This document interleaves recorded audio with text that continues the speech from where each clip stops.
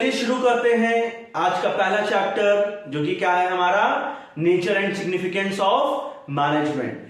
अच्छा, हम लोग बात करते हैं बेटा मैनेजमेंट की, ठीक है ना। देखिए बहुत ही गौर से सुनिएगा, सारे पॉइंट्स को नोट करिएगा, ठीक है।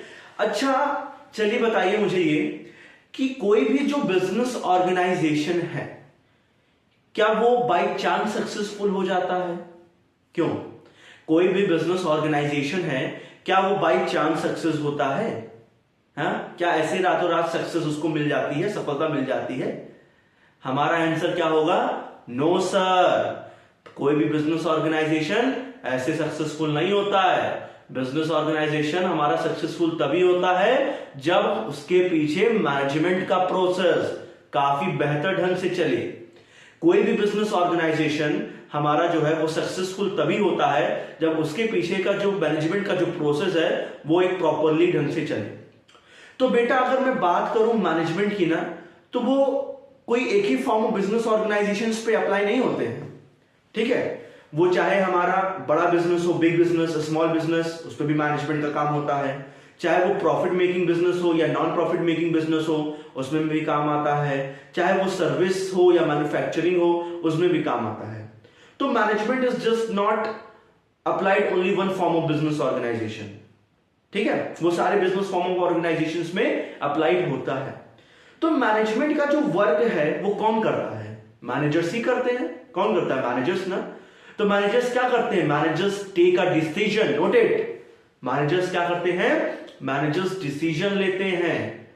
क्या डिसीजन लेते हैं? कि एक प्रॉपर ढंग से ह्यूमन रिसोर्सेस को क्या करें? यूज करें। फाइनेंशियल रिसोर्सेस को क्या करें? यूज करें।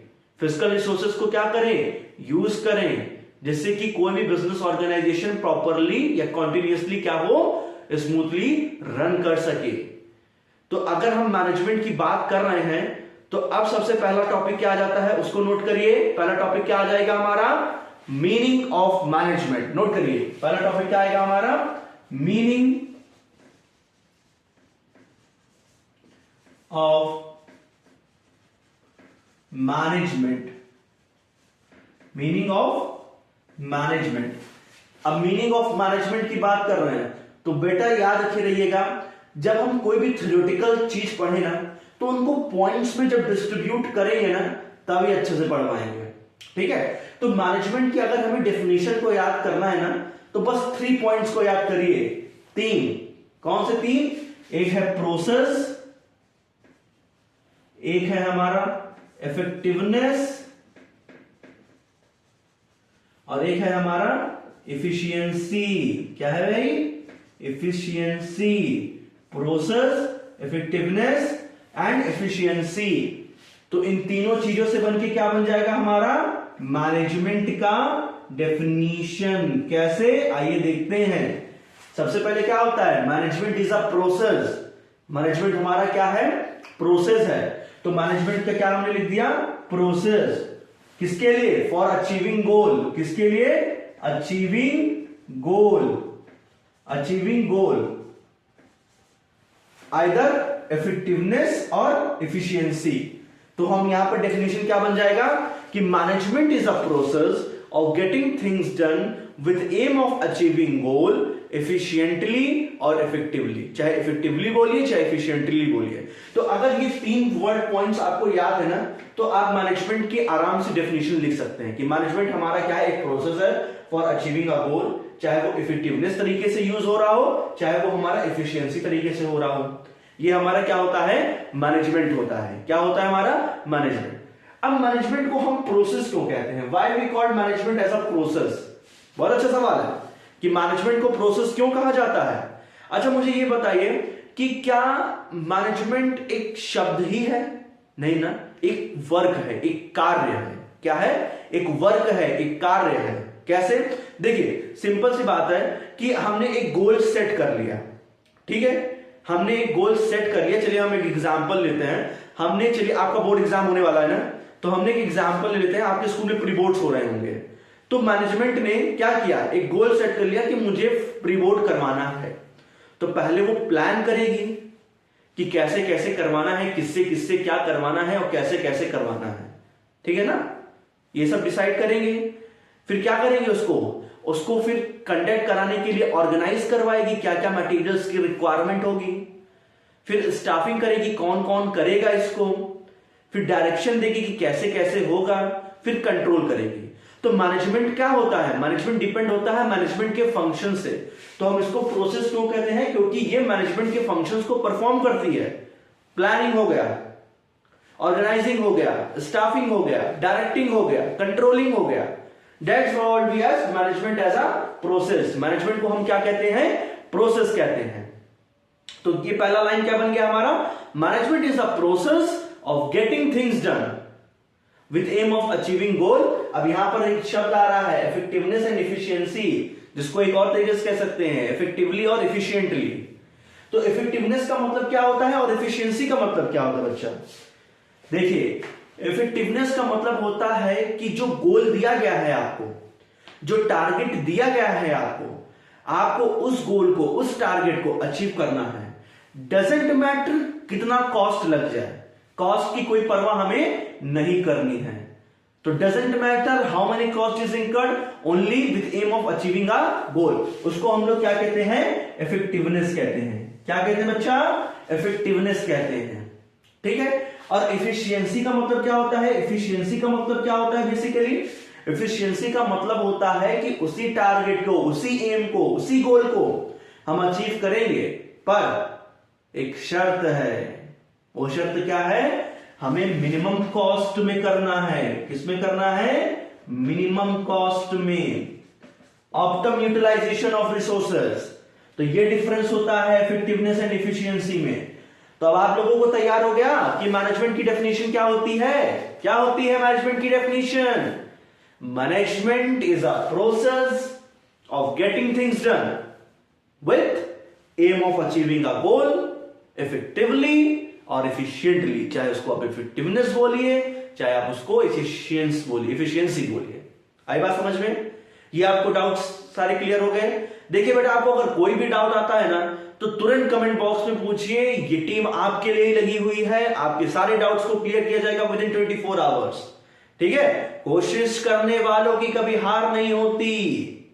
हरिवंश राय बच्चन जी का एक बहुत अच्छा है ना ये पोयम हिंदी का, अमिताभ बच्चन के फादर, कौन, हरिवंश राय बच्चन, कहते हैं ना कि कोशिश करने वालों की कभी हार नहीं होती। तो बोर्ड एग्जाम नजदीक जरूर आ गया है, पर आप अगर कोशिश करेंगे तो आप निराश नहीं होंगे। ठीक है, तो चलिए फर्स्ट टॉपिक हमारा क्लियर हो गया, मीनिंग ऑफ मैनेजमेंट। ठीक है, अब नेक्स्ट टॉपिक पे हम क्या जाएंगे, कैरेक्टरिस्टिक्स ऑफ मैनेजमेंट। नोटेड, क्या हम लोग पढ़ेंगे, कैरेक्टरिस्टिक्स ऑफ मैनेजमेंट।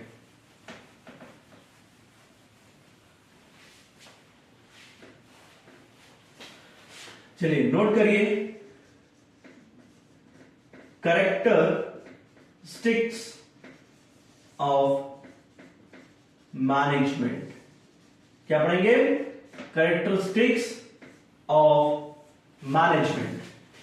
चलिए, कैरेक्टरिस्टिक्स ऑफ मैनेजमेंट, कैरेक्टरिस्टिक्स का मतलब क्या होता है बेटा, कैरेक्टरिस्टिक्स का मतलब होता है विशेषताएं।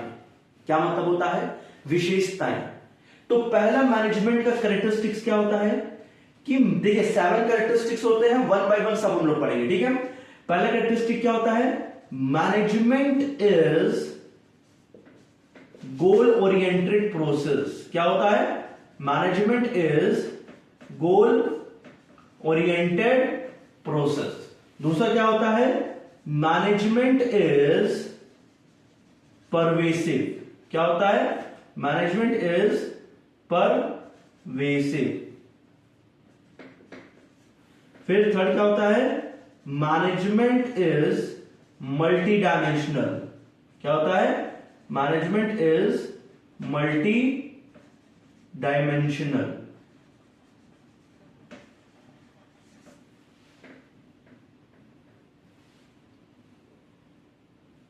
एक मिनट जो स्पेलिंग रहा हूं कोई,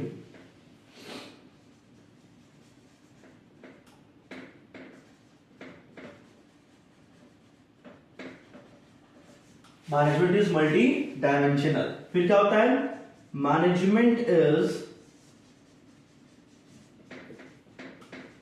कॉन्टिन्यूअस प्रोसेस। फिर क्या होता है, मैनेजमेंट इज ग्रुप एक्टिविटी। फिर मैनेजमेंट इज डायनेमिक फंक्शन। फिर मैनेजमेंट इज इंटेंजिबल। ठीक है, चलिए कैरेक्टरिस्टिक्स की बात कर रहे थे ना, तो देयर आर द 7 कैरेक्टरिस्टिक्स, इसको नोट कर लीजिए। There are the 7 characteristics. क्या क्या कैरेक्टरिस्टिक्स है वो हमारे? मैनेजमेंट हमारा क्या है? गोल ओरिएंटेड प्रोसेस है। मैनेजमेंट क्या है भाई?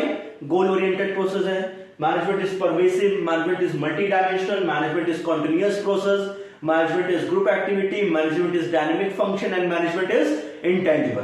तो सबसे पहले हम लोग बात करते हैं बेटा, management is goal oriented process. देखिए मैनेजमेंट का काम क्या होता है? मैनेजमेंट का काम क्या होता है? मैनेजमेंट का काम होता है कि जो एम हमने सेट किया है, जो गोल हमने सेट किया है, उस गोल और उस एम को अचीव करें। तो उसमें जो कुछ भी प्रोसेस होंगी, जो क्राइटेरियाज हम लोग जो अपनाएंगे या जो फंक्शंस हम लोग जो अपनाएंगे, उसका एक ही डायरेक्शन होना चाहिए। और वो डायरेक्शन क्या होता है? और ये गोल ओरिएंटेड प्रोसेस। तो मैनेजमेंट चाहे वो कोई भी बिजनेस ऑर्गेनाइजेशन के फॉर्म में हो, उनका मेन गोल क्या ही होता है कि जो गोल हमने सेट किया है उसे हमें क्या करना है? अचीव करना है। उनका हमेशा एक डायरेक्शन क्या होगा? क्या होगा? क्या होगा? गोल ओरिएंटेड प्रोसेस। जैसे हर पार्टीज की अपनी एक अलग थीम होती है ना, क्यों? हर एक पार्टीज की अपनी एक अलग अलग थीम होती है ना, उसी तरीके से मैनेजमेंट का थीम क्या है? गोल ओरिएंटेड प्रोसेस। ठीक है, अच्छा फिर हम कहते हैं कि मैनेजमेंट इज परवेसिव। परवेसिव का मतलब जानते क्या होता है? नोट कर लीजिए। क्यों? परवेसिव का मतलब जानते क्या होता है? परवेसिव का मतलब होता है यूनिवर्सल फिनोमिनन। क्या मतलब होता है हमारा? Universal phenomenon. मतलब यह है कि मैनेजमेंट कहीं भी बिजनेस ऑर्गेनाइजेशन में क्या हो सकता है? जल्दी बताओ। अप्लाई हो सकता है। अभी मैंने पहले बताया था ना, तो ये यूनिवर्सल फिनोमिना है। ये वर्ल्ड के किसी कोने में भी अप्लाई किया जा सकता है, चाहे आप इंडिया से हो, चाइना से हो, कनाडा से हो, कहीं से भी हो, अमेरिका से हो, हर जगह मैनेजमेंट के प्रोसेस को अप्लाई किया जाता है। अब चाहे वो बिजनेस हो आपका, चाहे नॉन प्रॉफिट बिजनेस हो, चाहे प्रॉफिट मेकिंग बिजनेस हो, सर्विस हो, हॉस्पिटल हो, स्कूल्स हो, एनीथिंग। तो इसीलिए मैनेजमेंट क्या है हमारा? परवेसिव है, यूनिवर्सल फिनोमिना। फिर हम लोग क्या बात करते हैं? Management is multi dimensional. अब मैनेजमेंट इज मल्टी डायमेंशनल का मतलब, देखिए बेटा, मैनेजमेंट जो है ना, वो हमारी कोई एक सिंगल एक्टिविटी नहीं है, it is multi dimensional activity. कैसे? क्योंकि ये कौन कौन से एक्टिविटीज को इंक्लूड करता है? मैनेजमेंट, या नोट कर लीजिए, for work, for people, for operation. ठीक, management for work, management for people, management for operation. अब क्या मतलब होता है मैनेजमेंट फॉर वर्क का? अच्छा मुझे ये बताइए, स्कूल है अपना, क्यों? स्कूल है ना, तो स्कूल में कौन सा वर्क होता है? एजुकेशन का। हॉस्पिटल है, हॉस्पिटल में कौन सा वर्क होगा? पेशेंट्स के ट्रीटमेंट का ना। कोर्ट है तो क्या होगा? लॉयर्स का वर्क होगा। तो बिजनेस जो है वो डिपेंड होता है नेचर ऑफ वर्क के ऊपर। तो मैनेजमेंट क्या करेगा? मैनेजमेंट क्या ये हॉस्पिटल में स्कूल्स वाला सिस्टम अप्लाई करेगा, और जो स्कूल में है क्या वो हॉस्पिटल वाला सिस्टम अप्लाई करेगा? नहीं ना। जो बिजनेस जिस नेचर ऑफ वर्क के ऊपर डिपेंड होता है उसे ही पे तो मैनेजमेंट काम करेगा। तो मैनेजमेंट तो गोल अचीव करेगा, तो उसका ये तो डिसाइड होना चाहिए कि उसका वर्क क्या है। तो पहला क्या हो जाता है? Management for work. फिर क्या आ जाता है? Management for people. अब मैनेजमेंट फॉर पीपल का मतलब क्या है भाई? देखिए, मैनेजमेंट फॉर पीपल का मतलब ये हो जाता है कि मैनेजमेंट एलियन करते हैं क्यों? यही लगा क्या? मैनेजमेंट कौन करता है? एलियन करते हैं? नहीं ना, आखिर हम ही तो मैनेजमेंट हैं। क्यों? मैनेजमेंट हम ही तो हैं कि कोई और आ गया? भाई सिंपल सी बात है, अगर इंसान ही नहीं होंगे तो मैनेजमेंट का वर्क कौन परफॉर्म करेगा? तो क्या विदाउट पीपल हम मैनेजमेंट के प्रोसेस को अप्लाई कर सकते हैं अपने बिजनेस में? नहीं ना। पीपल की स्ट्रेंथ, पीपल की पावर के बेसिस पे हम लोग मैनेजमेंट के वर्क को अप्लाई करते हैं, ठीक है ना। तो यहां पर क्या हो जाता है हमारा फॉर पीपल। और ऑपरेशंस की बात करते हैं। ऑपरेशन का क्या मतलब है भाई? यहां पर ऑपरेशन का मतलब हो जाता है कि जब वर्क एंड पीपल के दोनों को मिक्स करेंगे, ठीक है, तब ऑपरेशन होता है कि what to do, how to do and when to do. कब करेंगे, कैसे करेंगे, कब करेंगे। आई बात समझ में?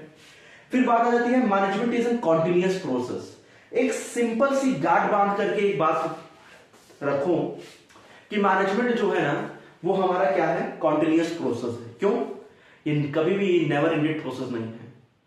हम हमेशा मैनेजमेंट के प्रोसेस को अप्लाई करते हैं। जैसे मैंने फंक्शंस बताए थे ना कि पहले प्लानिंग करेंगे, फिर ऑर्गेनाइजिंग करेंगे, फिर स्टाफिंग करेंगे, फिर डायरेक्टिंग करेंगे, फिर कंट्रोलिंग करेंगे। तो उसी तरीके से क्या होता है, it is a continuous process. ये कभी नेवर एंडेड प्रोसेस है ही नहीं, ठीक है, ये खत्म होने वाला प्रोसेस है ही नहीं।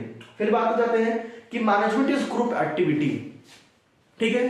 अब मैनेजमेंट इज ग्रुप एक्टिविटी का मतलब क्या?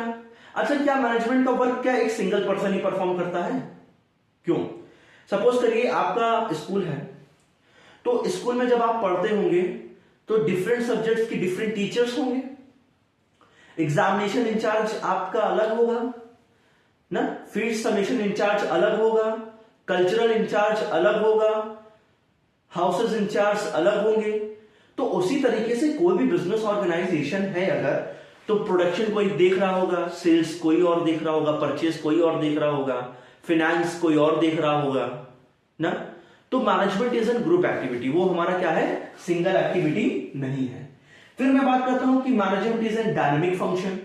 अब क्या बात आ गई sir, management is a dynamic function का मतलब क्या?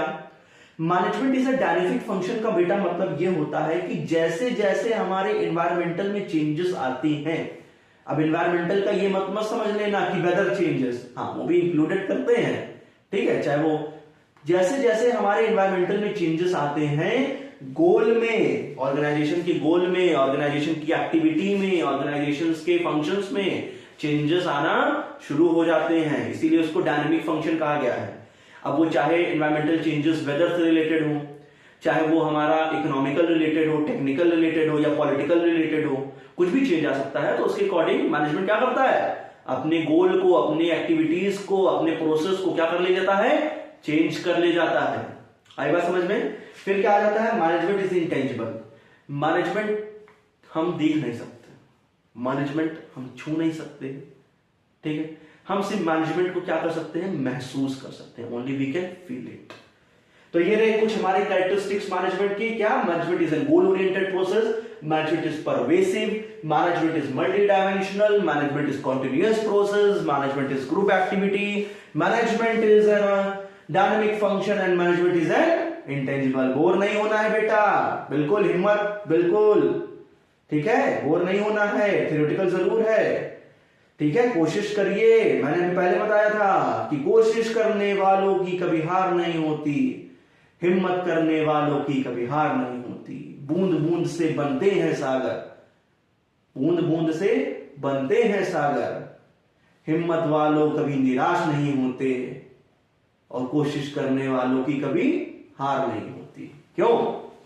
ठीक है, तो जरूर हम लोग कोशिश करेंगे और जरूर हम लोग इस बोर्ड एग्जाम को फोड़ेंगे, ठीक है। चलिए, अब जो है नेक्स्ट टॉपिक क्या है भाई? नेक्स्ट टॉपिक क्या पढ़ेंगे? जल्दी बताइए कमेंट बॉक्स में। नेक्स्ट टॉपिक हम लोग पढ़ेंगे क्या? Objectives of management. तो नोट कर लीजिए, नेक्स्ट टॉपिक हम लोग क्या पढ़ेंगे? Objectives of management. बेटा पॉइंट्स को नोट कर लीजिएगा वीडियो को पॉज करके, ठीक है। चलिए, objectives of management.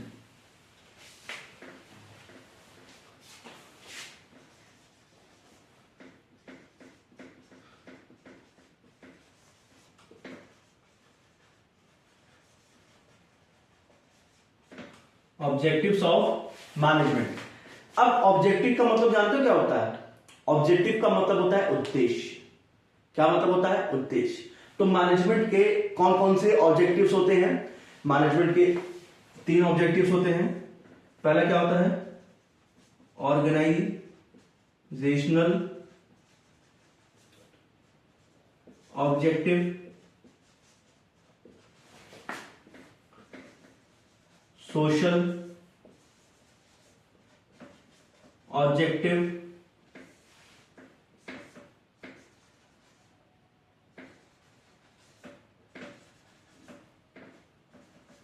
Personal objective. पहला क्या होता है ऑर्गेनाइजेशनल ऑब्जेक्टिव, दूसरा क्या होता है सोशल ऑब्जेक्टिव, तीसरा क्या होता है हमारा पर्सनल ऑब्जेक्टिव। ठीक है, तो मैनेजमेंट की अगर हम ऑब्जेक्टिव्स की बात करें, मैनेजमेंट की अगर हम उद्देश्य की बात करें तो तीन होते हैं। पहला क्या होता है ऑर्गेनाइजेशनल ऑब्जेक्टिव, मैनेजमेंट का पहला ऑब्जेक्टिव क्या होता है ऑर्गेनाइजेशनल बेसिस पे, दूसरा क्या होता है सोशल बेसिस पे, और तीसरा क्या होता है पर्सनल बेसिस पे। ठीक है, अब इसको थोड़ा ब्रीफली पढ़ेंगे। ऑब्जेक्टिव की बात करते हैं तो ऑर्गेनाइजेशनल ऑब्जेक्टिव। अच्छा, कोई भी ऑर्गेनाइजेशन जैसे न्यूली ओपन है तो वो क्या चाहेगी, मैनेजमेंट का वर्क अगर वो परफॉर्म करेगी तो क्या चाहेगी, पहले वो चाहेगी कि वो मार्केट में क्या करे सरवाइव करें। क्या करें सरवाइव, मेरे साइड पॉइंट को नोट करते चलिए, पहले क्या करें सरवाइव करें। दूसरा क्या चाहेगी, क्या चाहेगी प्रॉफिट अर्न करें। क्या करे प्रॉफिट अर्न करें। और तीसरा क्या चाहेगी, third one is growth. What is third one, third one is growth. Organizational objective की अगर बात करते हैं मैनेजमेंट की बेसिस पे ना, तो पहले मैनेजमेंट कोशिश ये करेगी कि अगर कोई न्यूली ऑर्गेनाइजेशन है ना तो उसको मार्केट में सरवाइव करवाया जाए, सारे कॉम्पिटिशंस को फेस कराया जाए। अच्छा चलिए अभी आपको एक एग्जांपल देता हूं। अब तक हम लोगों ने जो कोल्ड ड्रिंक्स पिए होंगे, ज्यादातर हम लोगों ने यही कोका कोला पिया होगा। कोका कोला जैसे स्प्राइट हो गया, थम्स अप, ये कोका कोला फैक्ट्री के बेसिस पे होते हैं। कैंपा का नाम सुना, कैंपा एक नया है, रिलायंस इंडस्ट्री का नया एक प्रोडक्ट निकला है कैंपा, उसका आप लोगों ने ड्रिंक किया, हाँ पिया। अब पीने की बात वहां ना पहुंच जाना, सॉफ्ट ड्रिंक की बात कर रहा हूं मैं। ठीक है, तो क्या चीज हम बात कर रहे हैं, हम बात कर रहे हैं कि रिलायंस ने अपना एक नया प्रोडक्ट निकाला Campa, cold drink soft drink. तो उसको मार्केट में भाई देखिए कोका कोला का तो एक अपनी जड़ बन चुकी है, स्ट्रॉन्ग पिलर हो चुका है। तो कैंपा ने क्या किया, पहले उसको अपने मार्केट में सरवाइव करवाया। क्या करवाया, सरवाइव करवाया। कैसे भाई, क्वांटिटी ज्यादा रखा लोएस्ट प्राइस पे, तो लोग ज्यादा से ज्यादा प्रेफर कर रहे थे। अच्छा एक चीज याद रखे रहना, इंडियन मार्केट में एक चीज याद रखे रहना, क्या चीज होता है ना, लोगों को यहां पर ज्यादा क्वांटिटी और सस्ता सामान, don't matter what is the quality. ठीक है, ये ज्यादा पसंद है। ठीक है, तो बात यहां पर वही मैं कर रहा हूं कि यहां पर कि उसने पहले क्वालिटी कम, मतलब उसने पहले क्वांटिटी कम ज्यादा रखा और कॉस्ट कम रखा, तो उसने पहले मार्केट में सर्वाइव होने की कोशिश की। फिर धीरे धीरे आप प्रॉफिट अर्न करेगा। अब क्या करेगा, वो अपने ब्रांचेस को ओपन करेगा डिफरेंट डिफरेंट स्टेट्स में, डिफरेंट डिफरेंट कंट्रीज में। तो ऑर्गेनाइजेशनल ऑब्जेक्टिव क्या होता है भाई, पहले हम सर्वाइव करें, फिर प्रॉफिट अर्न करें, फिर ग्रोथ करें। ठीक है, सोशल ऑब्जेक्टिव, किसी भी कंपनी का या किसी भी फर्म के मैनेजमेंट का सोशल ऑब्जेक्टिव क्या होता है भाई, गुड क्वालिटी ऑफ प्रोडक्ट दिया जाए, रीजनेबल प्राइसेस पे दिया जाए, क्यों, एम्प्लॉयमेंट जनरेट करवाया जाए, डिफरेंट डिफरेंट प्रोग्राम्स कंडक्ट करवाए जाएं, थोड़ा सा सोशलाइजेशन वर्क किया जाए, एनजीओस पे कंट्रीब्यूशन दिया जाए ना, तो ये सोशल ऑब्जेक्टिव्स हो गए। ठीक है, अब बात करते हैं पर्सनल ऑब्जेक्टिव। भाई कोई भी मैनेजमेंट अगर किसी भी कंपनी के लिए, किसी भी फर्म के लिए काम करेगा तो उसकी भी खुद अपनी पर्सनल ऑब्जेक्टिव होती है। क्या ऑब्जेक्टिव होती है भाई, हमको एक कॉम्पिटिटिव सैलरी मिले। क्या मिले, अपनी एक कॉम्पिटिटिव सैलरी मिले। फिर क्या मिले, अपन को तो फुल इज्जत चाहिए ब्रो। क्या चाहिए, फुल इज्जत। तो कंपनी का जो भी वर्कर होगा, कोई भी जो मैनेजमेंट का वर्क परफॉर्म करेगा, उसको क्या चाहिए, क्या चाहिए, रिस्पेक्ट। क्या चाहिए, रिस्पेक्ट। ठीक है, फिर क्या चाहिए, गुड वर्किंग कंडीशन चाहिए, सीखने के लिए अच्छा बॉस होना चाहिए। ठीक है, तो ये सब बेटा ऑब्जेक्टिव्स थे मैनेजमेंट की, which is organizational objective, social objective and personal objective. ठीक है, तो ऑर्गेनाइजेशनल ऑब्जेक्टिव में क्या होता है, सर्वाइव करना, प्रॉफिट करना, ग्रोथ करना। सोशल ऑब्जेक्टिव क्या होता है, रीजनेबल प्राइसेस पे प्रोडक्ट को देना। ठीक है, एम्प्लॉयमेंट जनरेट करना, डिफरेंट प्रोग्राम्स को रन करवाना। ठीक है, पर्सनल ऑब्जेक्टिव क्या होता है, competitive salary, respect, good working condition. आगे बात समझ में, तो ऑब्जेक्टिव्स क्लियर हुआ यहां पर। ठीक है, तो नेक्स्ट टॉपिक की तरफ हम बढ़े। क्यों, नेक्स्ट टॉपिक की तरफ बढ़े, बोर तो नहीं हो रहे हो, सब समझ में आ रहा है, कोई डाउट? अगर कोई भी डाउट हो तुरंत कमेंट बॉक्स में बताइए बेटा, मैं तुरंत आपको इसका आंसर दूंगा। ठीक है, मेरे साथ पढ़ते रहिए। चलिए नेक्स्ट टॉपिक हम लोग पढ़ेंगे इंपॉर्टेंस ऑफ मैनेजमेंट। क्या पढ़ेंगे? Importance of management. नोट करिए, क्या पढ़ेंगे? Importance of management. अब अगर हम इंपॉर्टेंस ऑफ मैनेजमेंट की बात कर रहे हैं तो मतलब इंपॉर्टेंस क्या, महत्व है मैनेजमेंट का, तो पहला इंपॉर्टेंस क्या होगा कि management helps to achieve group goal. ठीक, management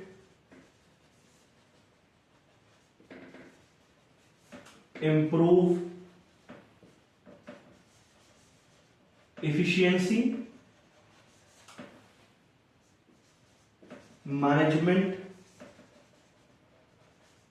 creates dynamic environment,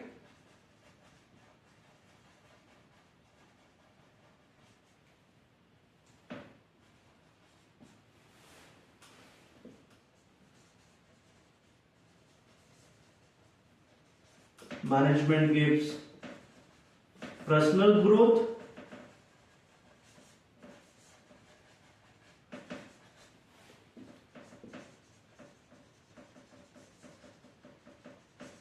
management do social development।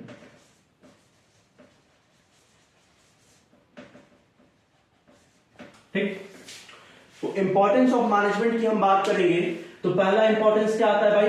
Management helps to achieve group goal. अच्छा, कोई भी अगर फर्म या बिजनेस ऑर्गेनाइजेशन है तो उसमें हमेशा हर मैनेजमेंट का अपना एक सिद्धांत होता है, अपना एक प्रिंसिपल होता है कि ऑर्गेनाइजेशनल गोल के साथ साथ हम साथ साथ हैं। क्यों? फिल्म का नाम याद है ना, सलमान खान, हम साथ साथ हैं। तो उसी तरीके से मैनेजमेंट भी ये गाना गाता है कि हम साथ साथ हैं। क्यों? मैनेजमेंट हमेशा चाहेगा कि ऑर्गेनाइजेशनल गोल के साथ साथ पर्सनल गोल भी अचीव करे। अगर हम ऑर्गेनाइजेशन की गोल को अचीव करेंगे तो वो भी तो चाहेगा कि पर्सनल गोल भी अचीव हो। तो इसीलिए मैनेजमेंट हमेशा हेल्प करता है कि ग्रुप गोल को अचीव किया जाए।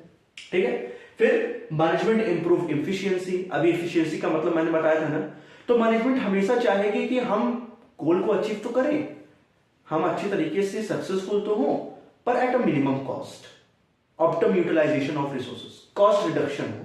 ठीक है, फिर मैनेजमेंट क्रिएट्स डायनामिक एनवायरनमेंट। अभी मैंने डायनामिक फंक्शन के बारे में बताया कि मैनेजमेंट एक ऐसा एनवायरनमेंट क्रिएट करती है कि कोई भी दिक्कत आ जाए, एनी प्रॉब्लम, सबको फेस किया जाएगा, अपने ऑर्गेनाइजेशनल गोल को अचीव किया जाएगा। ठीक है, मैनेजमेंट गिव्स पर्सनल ग्रोथ। बिल्कुल बात सही है कि मैनेजमेंट पर्सनल ग्रोथ करवाती है। ठीक है, मैनेजमेंट डू सोशल डेवलपमेंट।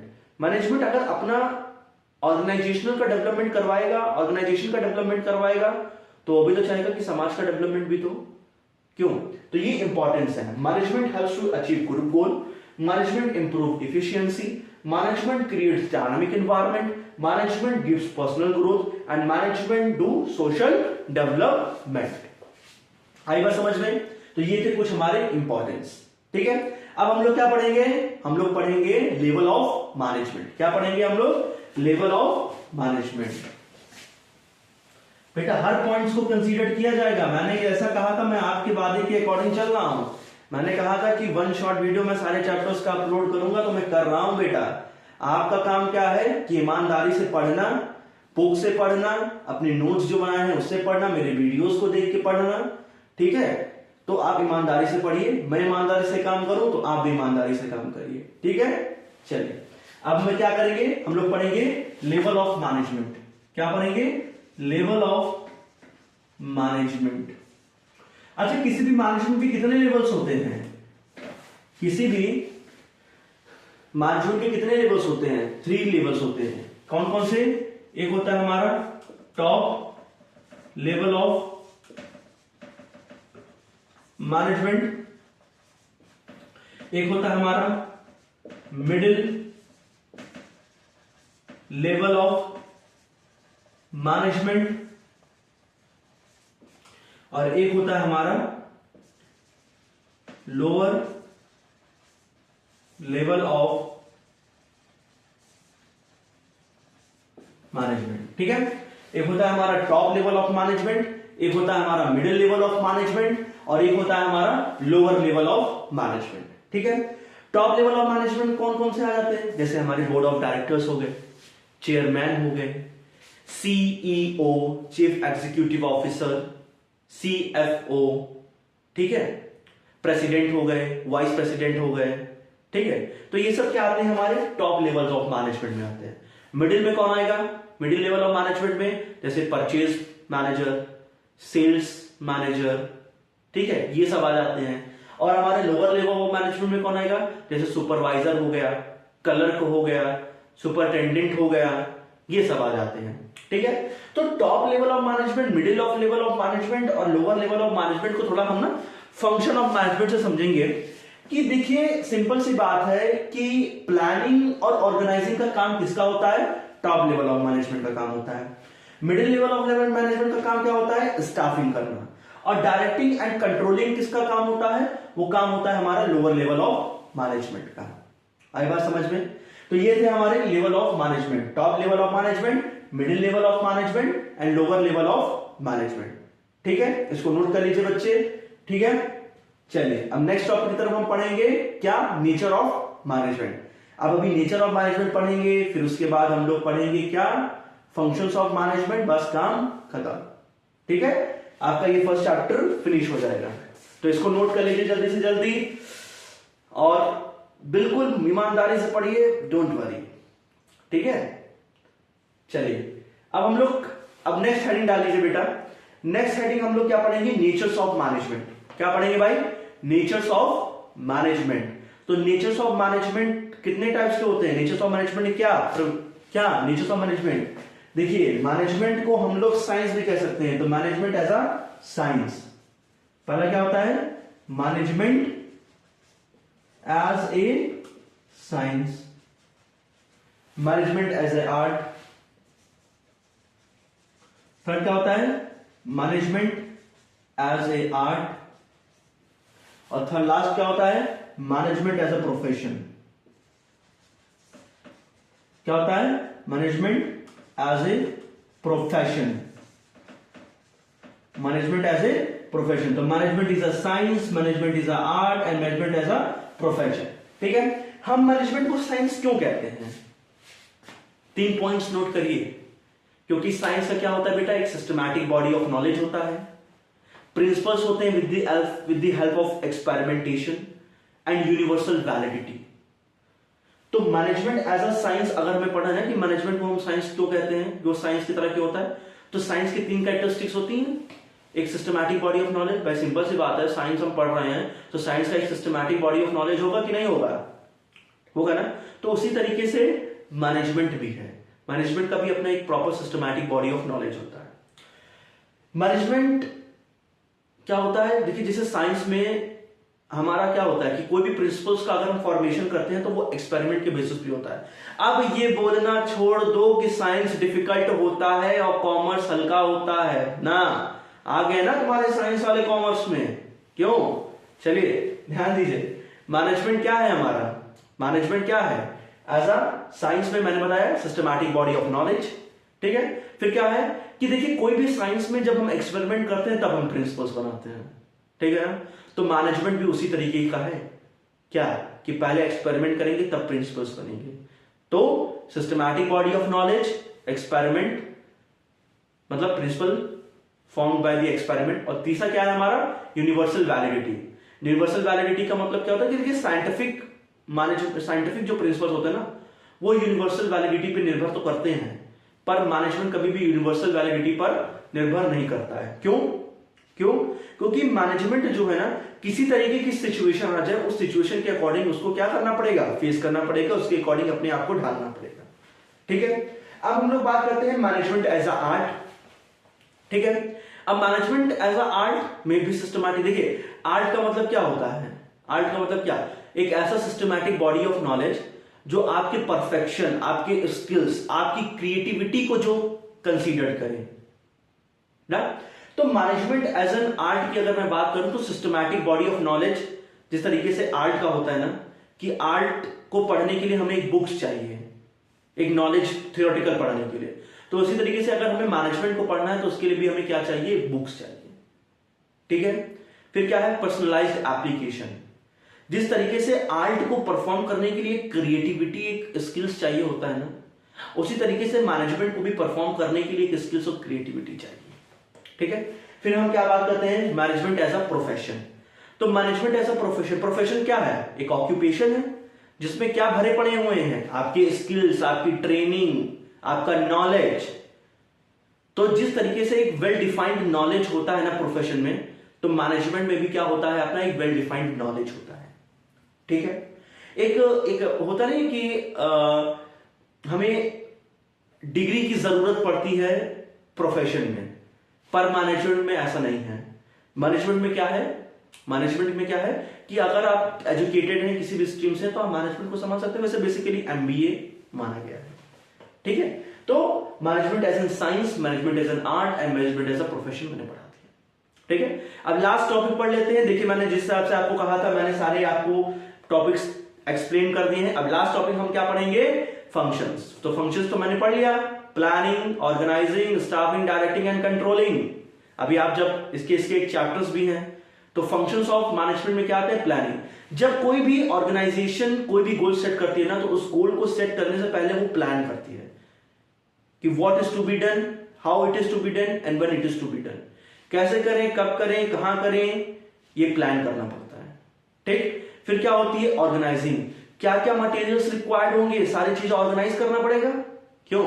फिर स्टाफिंग, उसको करना है हमें क्या, रिक्रूटमेंट, सिलेक्शन, हम एम्प्लॉयज का सिलेक्शन करेंगे ना कि उसको ऊपर। अब सिंपल सी बात है कि अगर कोई एक ऐसा बिजनेस जो टायर बनाता हो, जो मशीन्स बड़े बड़े हैंडल करते हो, तो इंजीनियर्स का तो हम रिक्रूटमेंट करेंगे, ना कि अकाउंटेंट का करेंगे।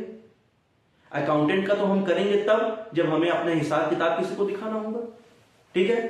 फिर क्या हो जाता है, डायरेक्टिंग, दिशा दिखाना पड़ेगा कि आपको किस दिशा में काम करना है। फिर कंट्रोलिंग, जो हमने प्लान किया था और जो रिसेंट परफॉर्मेंस है उसको बैलेंस करके चलना पड़ेगा। ठीक है। तो ये था बेटा कुछ फर्स्ट चैप्टर का one short video. I hope you like it. तो ज्यादा से ज्यादा इसको बेटा शेयर करिए अपने फ्रेंड्स में, ये चैनल को सपोर्ट करिए, आपकी बहुत जरूरत है। ठीक है। और भी वीडियोस मैं आपके लिए लाता रहूंगा। मैंने जिस तरह से प्रॉमिस किया था, मैं आपको तुरंत सारी वीडियोस अपलोड कराऊंगा। सपोर्ट करिए, पढ़िए, कोई डाउट हो तुरंत पूछिए। विद इन 24 आवर्स आपके सारे डाउट्स क्लियर करूंगा मैं। तो तब तक के लिए जय हिंद, जय भारत। मिलते हैं नेक्स्ट वीडियो में।